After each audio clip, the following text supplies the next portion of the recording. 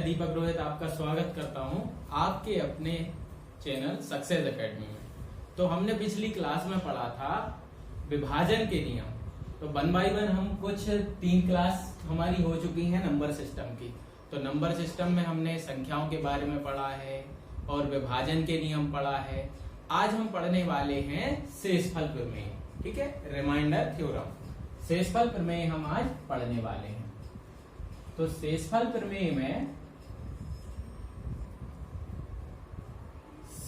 प्रमेय में हम पढ़ेंगे कि कोई भी संख्या से हम किसी संख्या में भाग देते हैं तो उसमें शेषफल क्या बचेगा। तो इसमें क्या होता है, कभी कोई संख्या है जैसे हमें दिया हुआ है 25 की पावर 96। ठीक है, अब इसमें हम भाग देंगे 26 से। अब हम क्या करेंगे, इसका ऐसा तो करेंगे नहीं कि 25 को 96 बार लिखेंगे या 96 बार लिख के फिर इसमें हम रिमाइंडर निकालेंगे या शेषफल निकालेंगे। ऐसा हम कर नहीं सकते, बहुत समय लगेगा। तो इसमें क्या है, एक इसकी ट्रिक होती है, तो वो ट्रिक मैं आपको बताने वाला हूं आज। ठीक है, तो आप देखिएगा कि कोई भी संख्या हम ले लेते हैं, जैसे हमने लिया 6। ठीक है, अब 6 हमें किससे भाग देना है, 6 का भाग देना है हमें 11। ठीक है, या फिर 11 नहीं, हम 5 ले लेते हैं। 6 का भाग हमें 5 की पावर 96 में देना।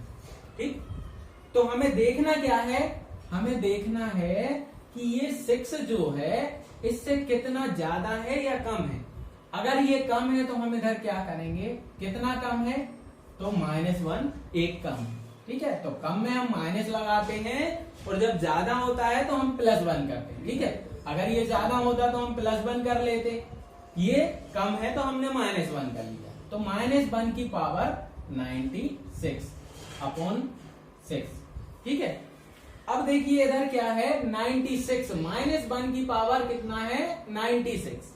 ठीक, तो -1 की पावर 96। अगर हमें पता है कि ऋण 1 के ऊपर कोई भी सम संख्या की घात हो, 2 की, 4 की, 6 की, 8 की, कोई भी सम संख्या की घात हो, तो वहां पर क्या आ जाता है, +1 आ जाता है। ठीक है, तो इधर भी इसका क्या आ जाएगा, +1 आ जाएगा। ठीक है, अब जहां पर प्लस आता है तो उसका शेषफल क्या होता है, वही होता है।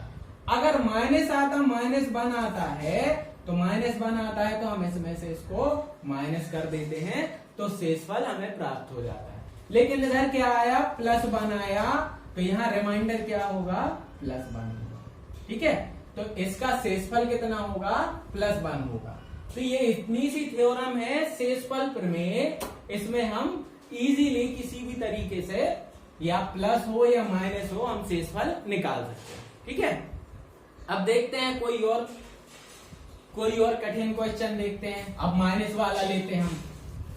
ठीक है, तो अगर जैसे माइनस में आ गया या ऋण में आ गया तो कैसे करेंगे।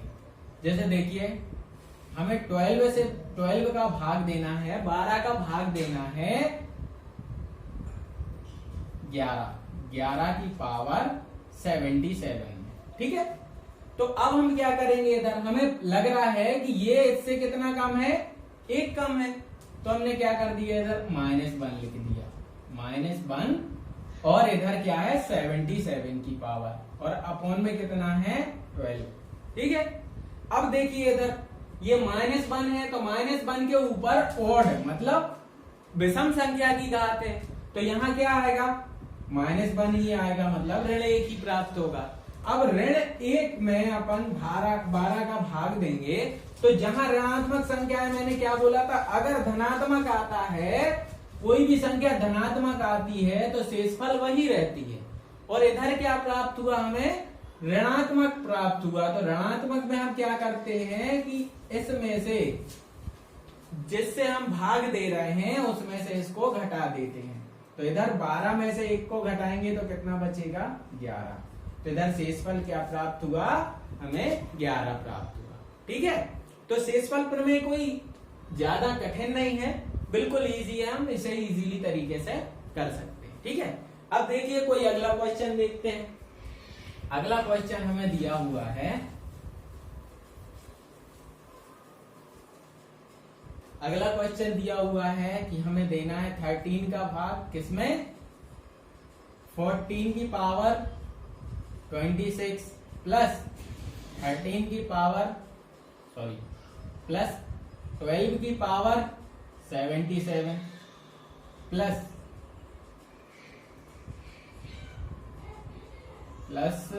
14 की पावर 71, ऐसा आ गया, प्लस 15 आ गया। ठीक है, अब हमें इसमें क्या करना है, शेषफल निकालना है। कुछ ऐसा क्वेश्चन है, तो अब कैसे निकालेंगे, तो हम इनको क्या करेंगे, सब अलग अलग तोड़ तोड़ के करेंगे। तो सबसे पहले क्या करेंगे, ये 14 की पावर 26 अपॉन 13 कर लेंगे, प्लस 12 की पावर 77 अपॉन 13 कर लेंगे, प्लस 14 की पावर 71 अपॉन 13 कर लेंगे, और प्लस में 15 अपॉन 13 कर लेंगे। ठीक है, अब इसमें क्या करेंगे, हमें ये पता है कि ये कितना ज्यादा है, इससे प्लस बन जाता है। ठीक है, प्लस बन जाता है, और प्लस 26 की पावर है तो कितना प्राप्त होगा, 1 ही प्राप्त होगा। तो इसका शेषफल कितना है, 1 प्लस। ठीक है, अब इसमें देखेंगे तो इसमें क्या है, -1 है, -1 की पावर 77, तो हमें पता है -1 की पावर 77 है, तो इधर क्या होगा, -1 प्राप्त होगा। और जब 13 का -1 में मैंने बताया था कि शेषफल निकालते हैं, तो इसमें से माइनस संख्या को घटा देते हैं, ऋणात्मक संख्या को घटा देते हैं, तो इधर क्या प्राप्त होगा, हमें 12 प्राप्त होगा। ठीक है, अब देखिए प्लस, इधर क्या है, इधर आएगा +1 की पावर 71, तो +1 की पावर कोई भी हो कितना प्राप्त होगा, 1 ही प्राप्त होगा। तो इसका शेषफल कितना प्राप्त हुआ, हमें 1, प्लस इधर कितना शेषफल प्राप्त होगा, जब हम 15 में 13 का भाग देंगे तो हमें शेषफल प्राप्त होगा 2। अब देखिए इधर 12 और 1 13 1 14 और 2 16, इधर प्राप्त क्या हुआ, 16, और हम भाग कितने से दे रहे हैं, 13 से। अब इधर जब भाग देंगे तो शेषफल कितना बचेगा, 3। ठीक है, तो ये 3 हो जाएगा आंसर। तो कोई भी कितना भी लेंथी क्वेश्चन हो, हम तोड़ तोड़ के उसको कर सकते हैं। ठीक है, तो इधर आंसर कितना आया, 3। तो शेषफल कितना है, शेषफल इस क्वेश्चन का 3। ठीक है, शेषफल 3। तो ऐसे कोई भी क्वेश्चन आ जाता है, हम उसको कर सकते हैं। ठीक है, जैसे अगर मल्टीप्लाई में आ रहा है, हमने ऐड का बता दिया, अब कोई मल्टीप्लाई में आ रहा है, तो मल्टीप्लाई में भी हम क्या करेंगे, अगर इधर देखिए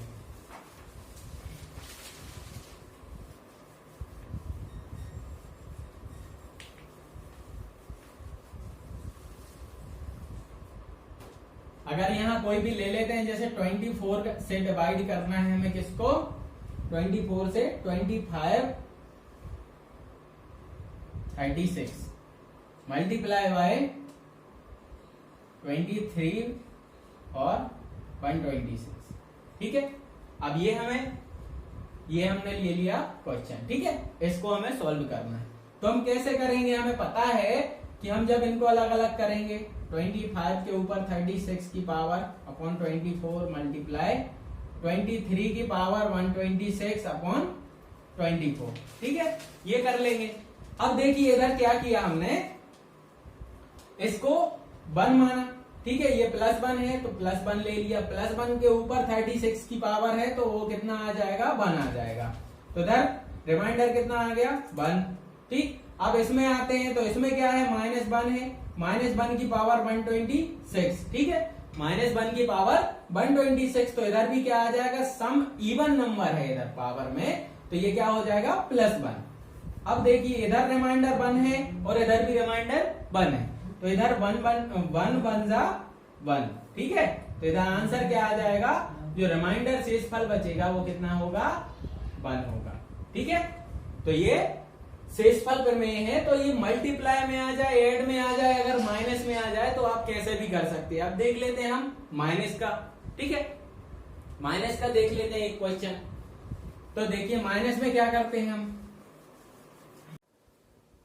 चलिए अब हम देखते हैं जब ऋणात्मक संख्याएं आती हैं तब पावर में शेषफल कैसे निकालते हैं। ठीक है, शेषफल कैसे निकालते हैं, तो मान लीजिए ये दिया हुआ है 35।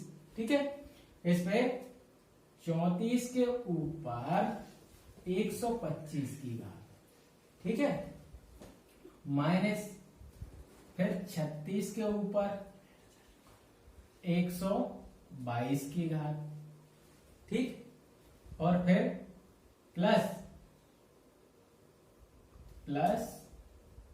35 के ऊपर 34 के ऊपर 120 की घात, ठीक है, ये दिया हुआ है। अब हमें इनका शेषफल निकालना है, ठीक है। तो शेषफल कैसे निकालेंगे, तो सबसे पहले हम देखते हैं 34 को पकड़ते हैं ना, 34 को, तो 34 इससे कितना कम है, तो 1 कम है, तो ऋण 1 की पावर 125, ठीक है। फिर ऋण इधर क्या है, 36 है, मतलब धन 1 है, तो धन 1 की पावर 122, ठीक है। फिर धन इधर क्या है, ऋण 1 है, तो ऋण 1 की पावर 120, ठीक है। और ये किसका शेषफल निकाल रहे हैं, 35 का। अब एक चीज देखिए, ऋण 1 की घात 125, तो इधर क्या होगा, ऋण 1 प्राप्त होगा, ठीक है। तो ऋण 1 प्राप्त होगा, तो ऋण 1 में हम इसको लिख सकते हैं कि 1 को 35 में से 1 को घटाएंगे तो कितना आएगा, 34 शेषफल, ठीक है। शेषफल कितना आएगा, 34। अब इधर ऋण है बीच में, अब इधर इसका देखिए कि धन 1 के ऊपर 122 की घात है, तो इधर ऋण ये पहले से है और इधर आएगा 1, इसका शेषफल, इतने का शेषफल कितना आएगा, 1, क्योंकि धन 1 आ रहा है। फिर बात करते हैं धन। अब ऋण 1 की घात कितना है, 120 है, तो इसका कितना आएगा, 1 बन जाएगा 1, क्योंकि इसके ऊपर सम संख्या की घात है, तो ये कितना आ जाएगा, 1 आ जाएगा। अब देखिए 34 और 1 35, ठीक है, और 35 में से 1 घटाएंगे तो कितना बचेगा, 34, या फिर ये धन का 1 और ऋण का 1 कट गया, तो शेषफल कितना बचा, 34, तो ये शेषफल हो गया, हाँ, तो ये हो गया शेषफल, ठीक है। तो इसमें क्या है, अगर ये ऋणात्मक संख्याएं आई, अब हमने पहले देखा था कि जब धन की संख्याएं आ रही हैं तो धन का रिमाइंडर हमने निकाल लिया शेषफल, और बीच में गुणा आया तो गुणा का निकाल लिया, और अब ये क्या आ गया, ऋण आ गया, तो बीच में ऋण की संख्याएं आई, तो हम कैसे सॉल्व करेंगे, ऐसे सॉल्व करेंगे, तो एक एक का करके हम शेषफल निकाल सकते हैं, ठीक है। तो ये शेषफल प्रमेय है, बिल्कुल इजी है, कोई ज्यादा कुछ नहीं करना है, बस हमें क्या करना है कि इसको देखना है कि जो नीचे की संख्या है इससे इसका रिलेशन कितना कम है कितना ज्यादा है, और उस पे पावर की ध्यान रखना है कि ऋण पर इवन की पावर रहती है, मतलब सम संख्या की पावर रहती है, हाँ, अगर -1 पर अगर कोई सम संख्या की घात रहती है, सम रहती है, तो वो आता है 1, और अगर विषम की घात रहती है तो आता है ऋण 1, ठीक है, ये चीज ध्यान रखना, ठीक। अब हम देखते हैं कुछ नंबर सिस्टम पर हमने प्राकृत संख्याएं पढ़ी थी, तो उस पर आधारित कुछ प्रश्न देखते हैं, ठीक है, तो उस पर आधारित कुछ प्रश्न देखते हैं।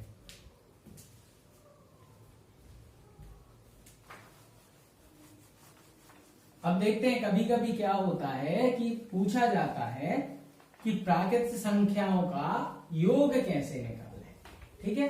अगर हमें दिया हुआ है कुछ प्राकृत संख्याएं हैं, कुछ प्राकृत संख्याएं हैं, तो हमें उनका योग बताना है, ठीक है। तो कैसे बताएंगे हम, तो सबसे पहले देखिए, अगर मान लीजिए 1 से अपन को पूछा गया 1 से 100 तक की सभी प्राकृत संख्याओं का योग, प्राकृत संख्याओं का योग पूछा गया, ठीक है, योग बताइए। तो कैसे बताएंगे, अब ऐसा तो करेंगे नहीं कि हम पहले ऐसा जोड़ेंगे 1 धन 2 धन 3 धन 4 ऐसे जोड़ते जोड़ते 100 तक जाएंगे, तो ऐसा तो करेंगे नहीं। तो इसके लिए एक तरीका होता है जब हमें योग निकालना पड़ता है, तो इसका तरीका क्या होता है, एक पहला नंबर, पहली संख्या, धन आखिरी संख्या, ठीक है, आखिरी संख्या, पहली संख्या धन आखिरी संख्या बटे 2, और टोटल नंबर मतलब जितनी संख्याएं दी हुई हैं तो गुणा सभी संख्याएं, ठीक है, सभी संख्याएं, ठीक है, सभी संख्या मतलब कितनी संख्याएं, सभी संख्याओं का योग, ठीक है, संख्याओं का योग, ठीक है, मतलब कितनी संख्याएं हैं, ठीक है, 1 से लेकर 100 तक। तो सभी संख्याएं लिख सकते हैं उनको, ठीक है, सभी संख्याएं कितनी है ना। तो कितनी संख्याएं हैं, तो 100 है, ठीक है। तो पहली संख्या क्या है, पहली संख्या हो गई 1 और आखिरी संख्या क्या हो गई 100। तो ये कितना हो गया 101, है ना, गुणा, अब संख्याएं कितनी है 1 से 100 तक 100 संख्याएं हैं, तो हमने कर दिया 100 और बटे 2। अब इसको हम काटेंगे तो 2 से 100 को काटेंगे तो 50 बार कटेगा, तो कितना हो गया 101 गुणे 50, ठीक। अब इसका जब हम सॉल्व करेंगे तो 5 एकम 5, ठीक है, 5 0 5 0 0, फिर 5 एकम 5 और 0 है तो इधर ये, तो 50 50 इसका आंसर आ जाएगा, ठीक है। ऐसा कर लेते हैं 5 एकम 5, ठीक, फिर 5 0 0, फिर 5 एकम 5 और ये 0 था तो ये पीछे आ गया, ठीक है। तो 50 50 इसका क्या आ गया आंसर। तो ये देखिए 1 से लेकर 100 तक की सभी संख्याओं का योग कितना है 50 50, 5000, ठीक है, 5050, ठीक। अब देखते हैं अगर इसमें 1 से लेकर 100 तक, अब मान लीजिए ऐसा दिया हुआ है 1 का वर्ग धन 2 का वर्ग धन 3 का वर्ग। चलिए ये चीज हम बाद में देखते हैं। अगर हमें दिया हुआ है कि विषम संख्याएं हैं, विषम संख्याएं या सम संख्याएं हैं, जैसे 2 4 6 8 10, ठीक है, ऐसा दिया हुआ 2 2 का अंतर है, तो उसमें भी हम क्या करेंगे, उसमें एक चीज करनी पड़ती है। मान लीजिए कि इसमें संख्याएं कितनी है 2 का अंतर है, ठीक है, 2 का अंतर है, तो इसमें हम क्या करेंगे, फर्स्ट नंबर हमारा हो गया 2, अब मान लीजिए 2 से 10 तक का, तो फर्स्ट नंबर हो गया 2, धन लास्ट नंबर हो गया 10। लेकिन एक चीज है, अगर सम संख्याएं हैं तो सम संख्याओं में हम जो n नंबर लेते हैं, ठीक है, नंबर कितने हैं वो लेते हैं, तो इसका आधा हो जाता है। देखिए 1 2 3 4 5 इसका आधा है, तो गुणा इधर जो करते हैं तो इनका आधा नंबर रहता है, ठीक है, और बटे में 2, तो इधर क्या आ जाएगा 10 और 2 12, 12 बटे 2 गुणे 5, इससे काटा तो इधर ये हो गया 6 और 6 पंचे 30, तो इनका योग कितना आया 30, ठीक है, तो इनका योग कितना आया 30। तो हमें अंतिम वाले नंबर का आधा करना पड़ता है क्योंकि इसमें 2 2 का अंतर है, ठीक है। जब 4 4 का अंतर होगा तो हम अंतिम वाले अंक को 4 से भाग दे देते हैं, ठीक है, तो 4 से भाग दे के निकालते हैं। अब देखिए अगर जैसे विषम संख्याएं आ गई, अब मान के चलिए ऐसे ही विषम संख्याएं आ गई, तो विषम संख्याओं में भी सेम वही करते हैं। क्या करते हैं, अब मान लीजिए विषम संख्याएं आ गई कहां से 1 से 60 तक सभी विषम संख्याएं, 1 से 60 तक कितनी होगी, 1 से 60 तक हमें पता है कितनी होगी, तो इसको 2 से भाग दे दो, 60 से 2 भाग देंगे तो कितनी 30। लेकिन विषम संख्याओं की बात कर रहे हैं तो विषम संख्या कितनी हो जाएगी, पहली विषम संख्या 1 हो गई और अंतिम विषम संख्या कौन सी हो गई 59, ठीक है, और बटे में कर दिया 2, ठीक, इंटू कितना हो गया 30, क्योंकि 30 होंगी हमने इधर निकाल लिया। तो अब क्या करेंगे, ये हो गया 60 बटे 2 गुणा 30, ठीक, इसको काट दिया तो 30 आ गया इधर, ठीक है, तो इधर क्या हो गया 3 का 9, तो 900, ये हो गया 900 आंसर। क्या होगा इसका 1 से 60 तक की सभी विषम संख्याओं का योग, ठीक है। अगर सम संख्याओं का पूछा जाता तो सम संख्याओं का अलग आता, इधर हम 2 लेते और इधर 60 लेते, है ना। विषम संख्याओं का पूछा गया है तो हमने पहली विषम संख्या ली और अंतिम विषम संख्या ली, ठीक है, तो इधर क्या प्राप्त हुआ हमें उत्तर 900, ठीक। अब हम देखते हैं वर्ग का, अब हम देखते हैं वर्ग का। अब मान लीजिए आपसे पूछा गया है वर्ग का, ठीक है, तो वर्ग का पूछा गया है तो आप कैसे निकालोगे, 1 का वर्ग दिया है धन 2 का वर्ग दिया है धन 3 का वर्ग दिया है धन 4 का वर्ग दिया है, ऐसा डैश डैश डैश कहां तक 50 तक दिया है। ठीक है, 50 तक नहीं 20 तक ले लेते हैं, थोड़ा सा इजी। ठीक, अब 20 तक लिया अपन ने, ये ले लेते हैं हम 20 तक, 18 तक ले लेते हैं ना, 18 का वर्ग, ठीक, प्लस 18 तक। तो इसका एक फॉर्मूला होता है ना, इसका एक फॉर्मूला होता है, क्या होता है, n प्लस 1 और n प्लस 2 अपॉन 6 है ना। ठीक है, ये इसका फॉर्मूला होता है। तो n क्या कहलाता है, n कहलाता है आखिरी वाला नंबर, अंतिम नंबर कहलाता है n। ठीक, तो n जो है, n क्या हो गया 18, तो हम इधर रखेंगे 18 और 18 और 1 कितना हो गया 19 और 19 और 2 क्या हो गया 20। ठीक है, अपॉन क्या है 6। ठीक, कर दिया, इधर कितना आ गया 30। ठीक, इसको मल्टीप्लाई करेंगे तो ये कितना 90 मल्टीप्लाई 60, क्योंकि ये जो 3 थे 6 3 18, ये 3 बचे थे, 3 का गुणा कर दिया इसमें तो ये हो गया 60 और 19 ज्यों के त्यों।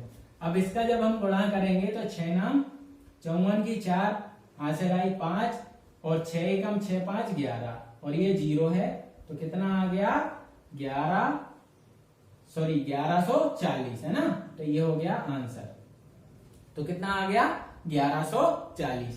तो किसका है 1 से लेकर 18 तक की सभी संख्याओं का योग कितना है 1140।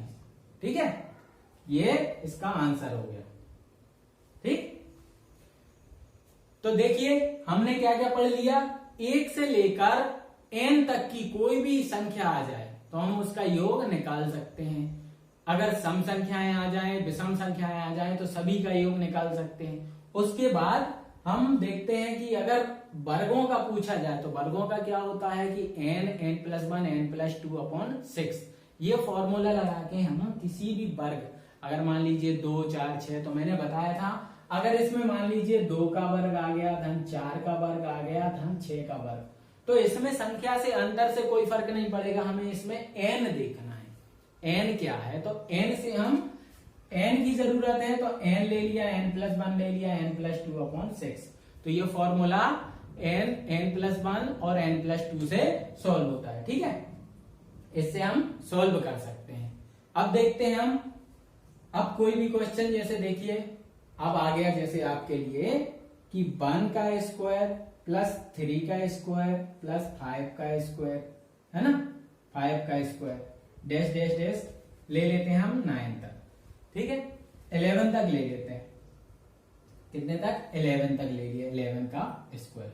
अब इसमें देखिए कैसे सॉल्व करेंगे, तो n क्या है हमारा 11 है, तो हमारे फॉर्मूला क्या है n मतलब 11 प्लस 11 और इनटू में क्या है 11 प्लस 1 तो हो गया 12 और फिर 13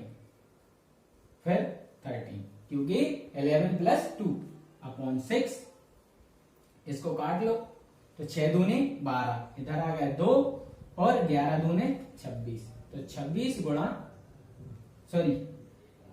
2 और 13 दूनी 26 और 11 जो खत्म है ना। अब 11 छक्के 66 का 6 हासिल आई 6, 11 दूनी 22 6 28, तो कितना आएगा इनके वर्गों का योग कितना आएगा 286। ठीक है, तो इनके वर्गों का योग भी हम इससे निकाल सकते हैं। ठीक है, ठीक है, तो ये हमारा पार्ट 4 था। पार्ट 1 2 और 3 हमारे YouTube चैनल पर डले हुए हैं, तो वहां से आप बाकी वीडियोस देख सकते हैं। ठीक है, तो प्रॉपर उसमें नोट्स बनाइए, आप रेगुलर वीडियोस देखिए और ज्यादा से ज्यादा शेयर करिए। ठीक है, और सब्सक्राइब करिए, बेल आइकन दबाइए, क्योंकि हमारी जो न्यू वीडियो आती है वो आपको उसका नोटिफिकेशन मिल सके। ठीक है, तो लाइक शेयर जरूर करिएगा और कमेंट करिएगा, है ना। कमेंट में आप भेजिएगा क्या आपके डाउट्स हैं, तो हम नेक्स्ट वीडियो में आपके डाउट क्लियर कर सकें। ठीक है, थैंक यू।